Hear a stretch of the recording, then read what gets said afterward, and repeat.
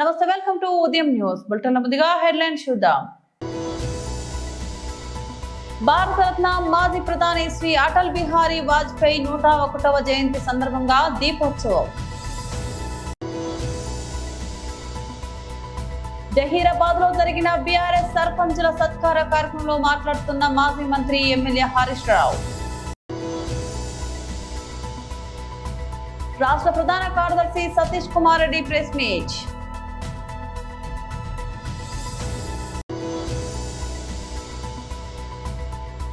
ఆకాశమే హద్దు, ఇస్రో బాహుబలి ఘన విజయం. భారతరత్న మాజీ ప్రధాని శ్రీ అటల్ బిహారీ వాజ్పేయి 101వ జయంతి సందర్భంగా దీపోత్సవం నిర్వహించారు. అటల్ బిహారీ వాజ్పేయి గారు 101వ జయంతి రేపు దేశవ్యాప్తంగా భారతీయ జనతా పార్టీ జరుగుతుంది.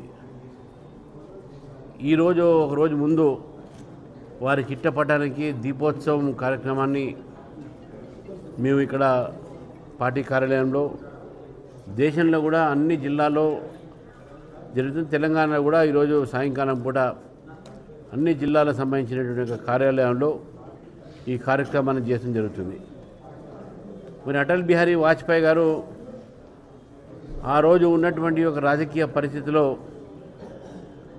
వారు ఒక్క ఓటుతోని నో కాన్ఫిడెన్స్ మోషన్ ఓడిపోయి దేశానికి, దేశ ప్రజలకు రాజకీయ విలువలు అంటే ఏంది అని చెప్పి చూపెట్టారు. సామాన్యంగా ఒక ఓటుతోని కష్టం కాదు, నష్టం కాదు. ఎప్పుడైనా ఆ ఒక ఓటు పార్లమెంట్లో పెద్ద తీసుకోవడం అనేది విశేషం కాదు. ఎందుకంటే మనం చూసినాము, న్యూక్లియర్ డీల్ మీద ఎప్పుడైతే పార్లమెంట్లో జరిగిందో డిబేటు, దాంట్లో నోటుకు ఓటు కేసు మనము స్పష్టంగా చూసినాం. ఎంతమంది ఎమ్మెల్యేలు కొనే ప్రయత్నం చేశారు ఆ రోజు ప్రభుత్వం.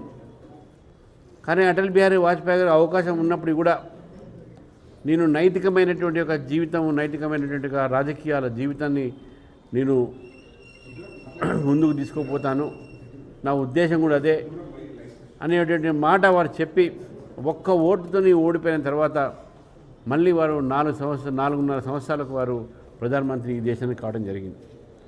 అటువంటి విలువలతో, ఆ విలువలతో కూడినటువంటి రాజకీయాలు ఈరోజు కూడా మనము దాన్ని చూడాలి, ఉండాలి అనే ఆలోచన అందరికీ, రాజకీయ నాయకులందరికీ ఉండాలి. రాజకీయాలకు అతీతంగా ఈరోజు అటల్ బిహారీ వాజ్పేయి గారు అంటే అందరికీ గౌరవం. వారి రాజకీయ విలువల గురించి కూడా ఈరోజు మనందరం చర్చించుకుంటున్నాం. కాబట్టి ఈరోజు మనం వారి దగ్గర నుంచి నేర్చుకోవాల్సినటువంటి అనేక అయినటువంటి మనకు అంశాలు ఉన్నాయి. ముఖ్యంగా రాజకీయ నాయకులు, రాజకీయాల్లో ఉన్నటువంటి ఎదుగుతున్నటువంటి యువకులు, రాజకీయాల్లో ప్రవేశం వచ్చిన తర్వాత కొత్తగా ఎన్నికైనటువంటి ప్రజాప్రతినిధులు, మొన్ననే సర్పంచ్ ఎలక్షన్స్ అయినాయి. ఏ పార్టీ నుంచి గెలిచిన వ్యక్తులందరూ కూడా రాజకీయాల్లో వాళ్ళ ప్రవేశం జరిగింది. కాబట్టి అటల్ బిహారీ వాజ్పేయి గారి జీవితంలో వారి జీవితాన్ని తెలుసుకోవాల్సిన అవసరం కూడా ఈ అన్ని వర్గాలకు ఉన్నది.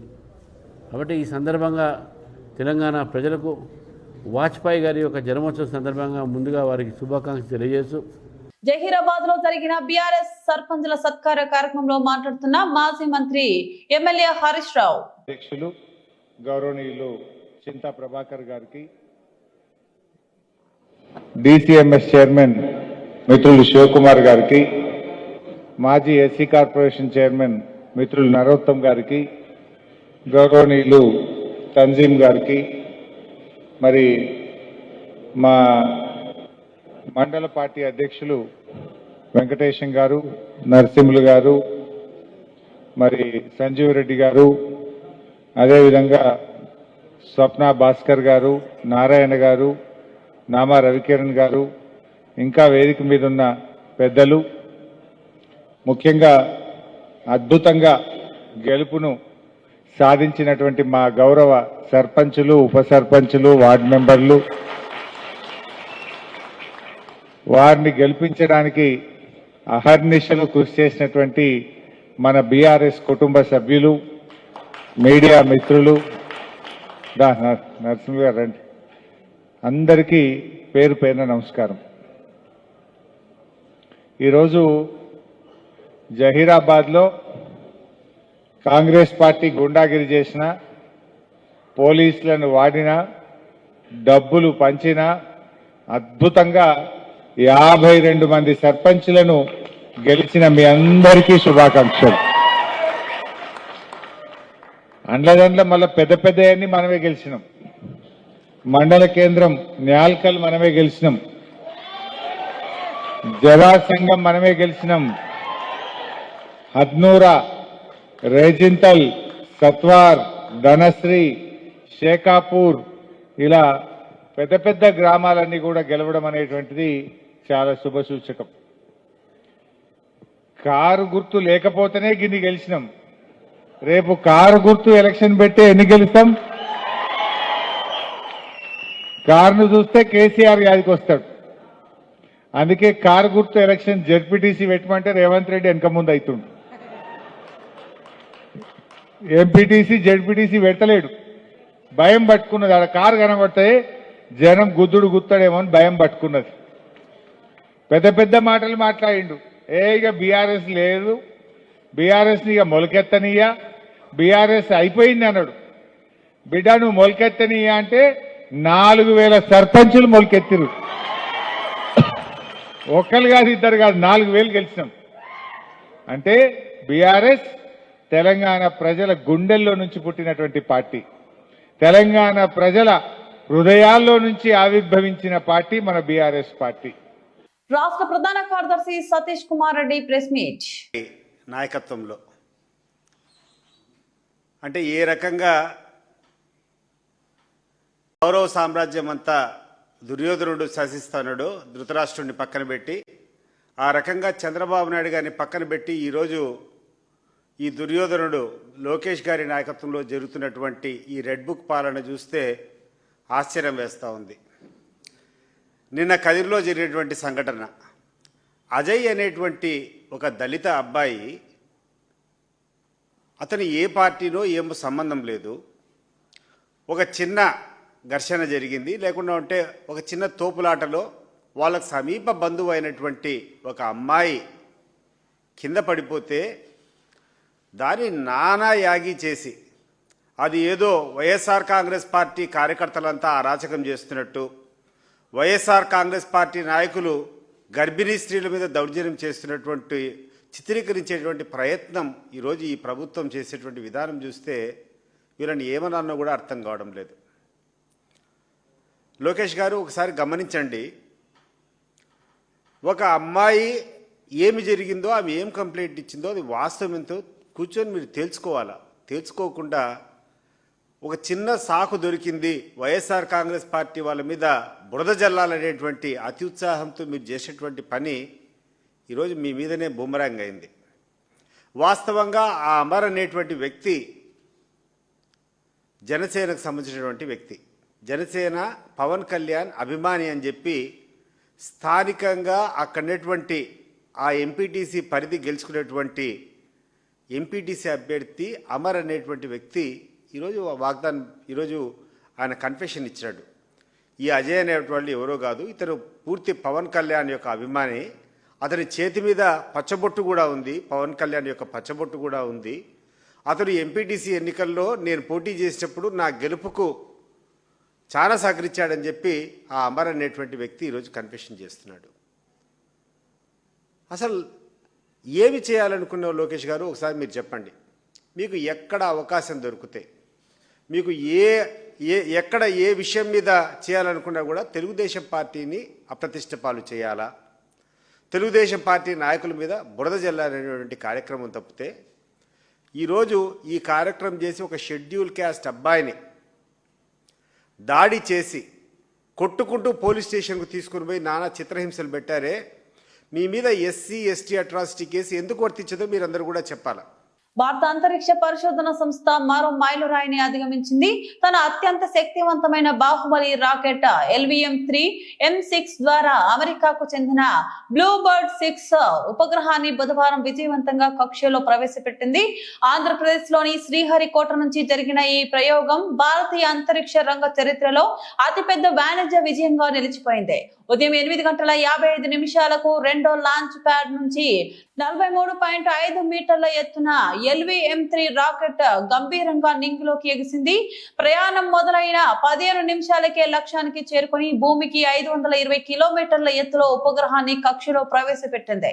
6100 కిలోమీటర్ల బరువున్న ఈ బ్లూ బర్డ్ ఉపగ్రహం భారత గడ్డపై నుంచి ప్రయోగించిన అత్యంత భారీ ఉపగ్రహంగా రికార్డు సృష్టించింది.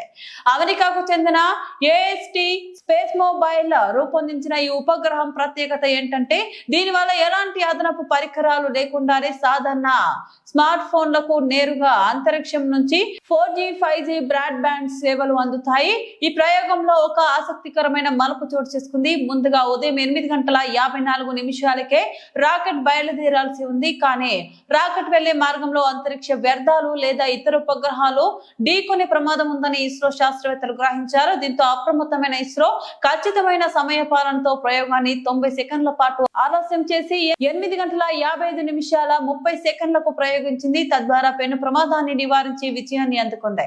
ప్రయోగం విజయవంతమైన తర్వాత ISRO chairman doctor V Narayanan మాట్లాడుతూ LVM-3 రాకెట్ తన అద్భుతమైన ట్రాక్ రికార్డును మరోసారి నిరూపించుకుంది. ప్రపంచంలోని అత్యుత్తమ రాకెట్లలో ఇదొకటని నిరూపితమైంది అని సంతోషం వ్యక్తం చేశారు. ఇది ఇస్రో చేపట్టిన 3వ పూర్తి స్థాయి వాణిజ్య మిషన్ కావడం విశేషం. మెదక్ జిల్లా చేగుంట మండలంలోని రైతు వేదికలో కళ్యాణ లక్ష్మి షాదీ ముబారక్ చెక్కుల పంపిణీ కార్యక్రమం జరిగింది. ఈ కార్యక్రమానికి కార్మిక శాఖ మంత్రి వివేక్ వెంకటస్వామి, దుబాక ఎమ్మెల్యే కొత్త ప్రభాకర్ రెడ్డి ముఖ్య అతిథులుగా హాజరయ్యారు.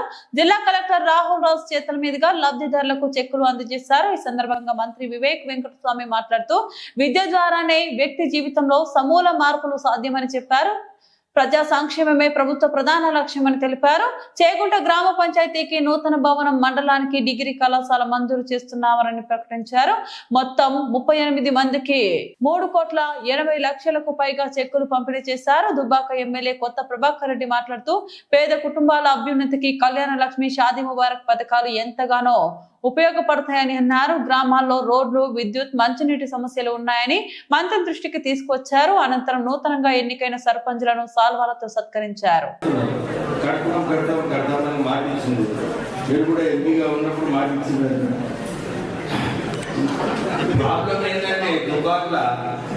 దుబ్బాకేమో సిద్దిపేట పక్కనే ఉన్నది. సిద్దిపేట ఏమో ఫుల్ డెవలప్ అయింది, హరీశ్వర్ అయింది. దుబ్బాకి చాలా నెగ్లెక్ట్ చేసింది. మీరు అంటే ఏం చెప్తున్నా, బ్యాలెన్స్ డెవలప్మెంట్ ఏదైతే చాలా బాగుంటుంది. ఇప్పుడు నేను ఇంకొక డిగ్రీ కాలేజ్ కూడా కావాలని చెప్పి అక్కడ సర్పంచ్ వాళ్ళు కూడా కోరడం జరిగింది. నేను వారికి మాట ఇచ్చినాను.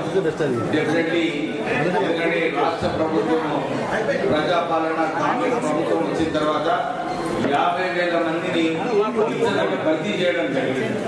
అయితే మనకు ఇక్కడ మా ఇన్ఛార్జ్ కాంగ్రెస్ ఇన్ఛార్జ్ శ్రీనివాస్ రెడ్డి గారు ఇప్పుడే చెప్పినారు, సార్ ఈ CSR నిధులు కొన్ని తీసుకొని డిగ్రీ కాలేజ్ కూడా కడితే బాగుంటుందని చెప్పారు. నేను కలెక్టర్ గారికి ఆదేశాలు ఇచ్చాను. ఇక్కడ ఇండస్ట్రీస్కి పిలిచి మీరు మాట్లాడి నిధులు శాంక్షన్ చేయించుకుంటే మనకు స్టాఫ్ ఏదైతే అవసరమో ప్రభుత్వం నుంచి ఈ శాంక్షన్ కావాలి, డిగ్రీ కాలేజ్కి శాంక్షన్ కావాలో నేను డెఫినెట్లీ చేపిస్తానని చెప్పి వారికి చెప్పడం జరిగింది. కార్యక్రమాలన్నీ కూడా ఎవరైతే అర్హతలు ఉన్నారో మంచిగా స్కీమ్స్ మంచిగా వాడుకోండి. నేను కూడా మీ ఇన్ఛార్జ్ మంత్రిగా ఈ ప్రాంతానికి అభివృద్ధిలో మీ అందరితో పాల్గొని ప్రభుత్వం పైన ఒత్తిడి తీసుకొచ్చి ఎక్కువ నిధులు తీసుకొచ్చి మీకు మంచి అభివృద్ధి చేద్దామని చెప్పి చెప్తూ వస్తుంది. సో ఈ ప్రాంతంలో డిగ్రీ కాలేజ్ డెఫినెట్లీ నేను మంత్రి ఇన్ఛార్జ్గా నా ఫాలోఅప్ చేస్తే నేను కూడా ప్రభుత్వం మనం ముఖ్యమంత్రి గారి ఇన్ఛార్జ్ వారితో కూడా తొందరలోనే మాట్లాడి డిగ్రీ కాలేజ్ కూడా శాంక్షన్ చేయించడం జరుగుతుంది. తర్వాత వాళ్ళందరూ సార్ ఇక్కడ ఎడ్యుకేషనల్ హబ్ దగ్గర మాకు CC రోడ్ కూడా సరిగా కాలేదు. సీసీ రోడ్ కూడా మాకు శాంక్షన్ చేయాలని చెప్పి వారు కోరడం జరిగింది. కలెక్టర్ గారు కూడా అన్నారు, సరే ఏదో ఒక ఫండ్లో మనం తీసుకొని ఈ రోడ్ కూడా ప్రపోజ్ చేస్తాము షార్ట్లీ అని చెప్పి కలెక్టర్ గారు కూడా మాట ఇవ్వడం జరిగింది. సో రాష్ట్ర ప్రభుత్వం ఇప్పుడే ఈ పెన్షన్ల కార్యక్రమం వాళ్ళకు నిర్ణయం తీసుకున్నారు. మనకు మొన్ననే మీరందరూ చూసినారు, కొత్త రేషన్ కార్డు కూడా ఈ ప్రభుత్వం వచ్చిన తర్వాత కొత్త రేషన్ కార్డు ఇవ్వడం జరిగింది.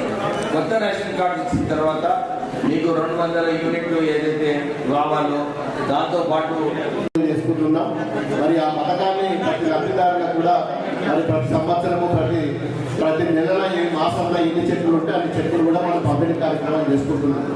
మరి ఈరోజు గౌరవ ఇన్ఛార్జి మంత్రి గారు మన నియోజకవర్గాన్ని, దుబాక నియోజకవర్గానికి ఈ కార్యక్రమాన్ని ఇచ్చేసిండ్రు. మరి వారికి కూడా మా తరఫున కొన్ని విన్నపాలు కూడా మన నియోజకవర్గం తరఫున మరి మా వివేకానంద గారికి కొన్ని సమస్యల గురించి మనం చెప్పడం కూడా మన బాధ్యత.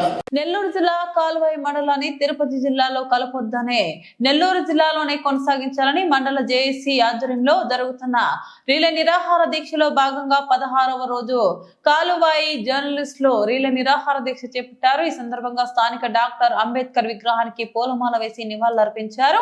అనంతరం పొట్టి శ్రీరాములు చిత్రపటానికి పూలమాల వేసి దీక్షకు కూర్చున్నారు. ఈ సందర్భంగా జర్నలిస్టులకు స్వచ్ఛంద సంస్థలు, అన్ని రాజకీయ పార్టీల నాయకులు, పోలీసులు, పొదుపు సంఘాలు, విశ్రాంతి ఉపాధ్యాయులు సంఘీభావం తెలియజేశారు. ఈ దీక్షలో మండలంలోని ప్రింట్ మీడియా, ఎలక్ట్రానిక్ మీడియా జర్నలిస్టులు పాల్గొన్నారు.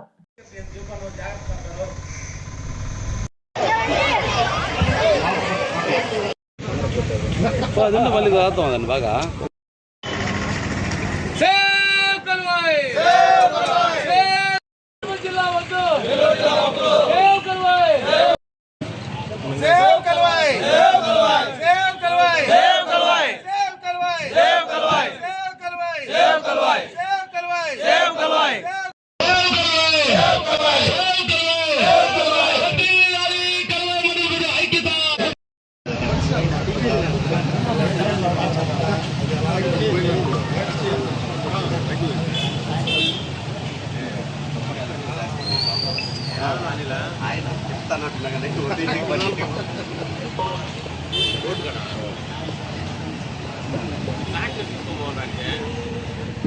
జేఏసీ ఆధ్వర్యంలో జరుగుతున్న రిలే నిరాహార దీక్షకి 16వ రోజు media, print and electronic media సోదరులందరూ కలిసి రిలే నిరాహార దీక్ష కూర్చున్నాం. ఇప్పటి వరకు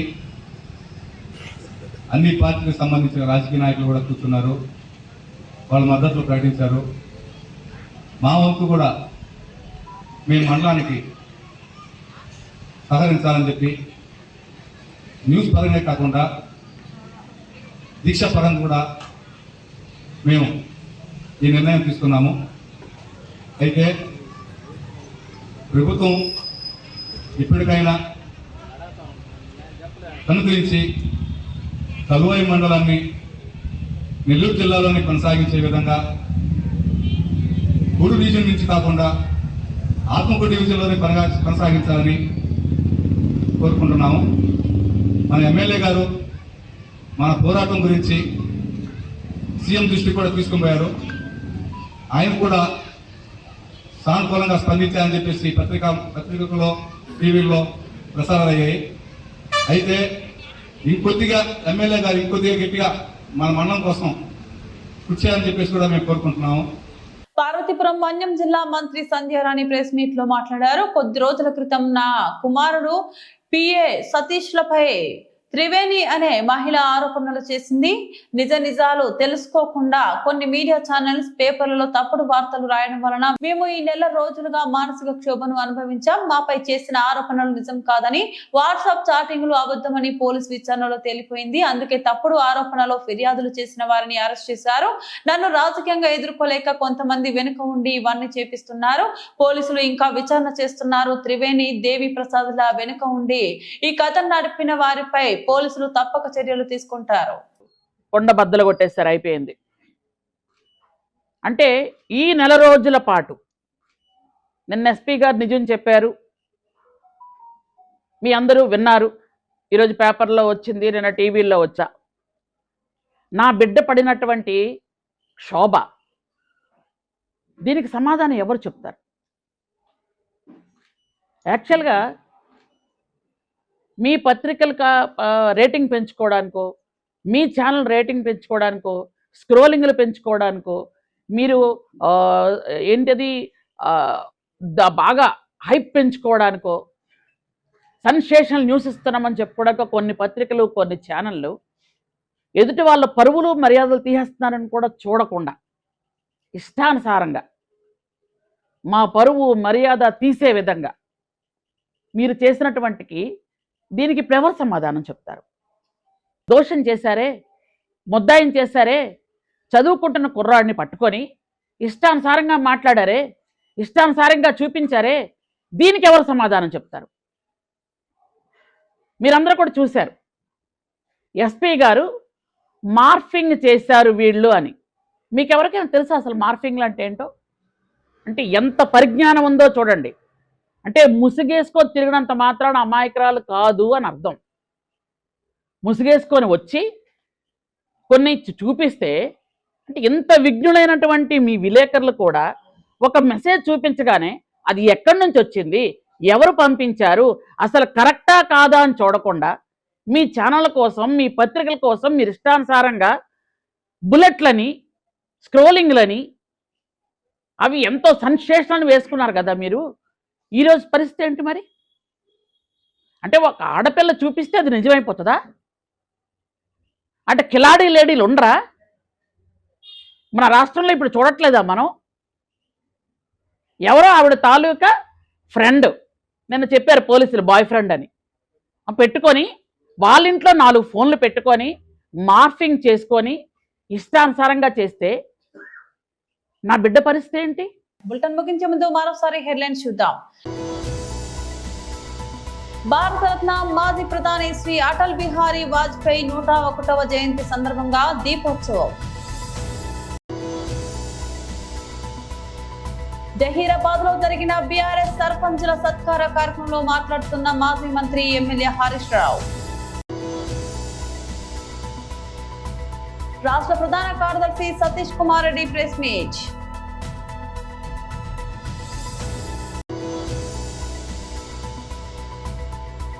ఆకాశమే హద్దు, ఇస్రో బాహుబలి ఘన విజయం. ఇవి బులెటిన్ అప్డేట్స్. మరో బులెటిన్ లో మళ్ళీ కలుద్దాం. అంతవరకు సెలవు, నమస్తే.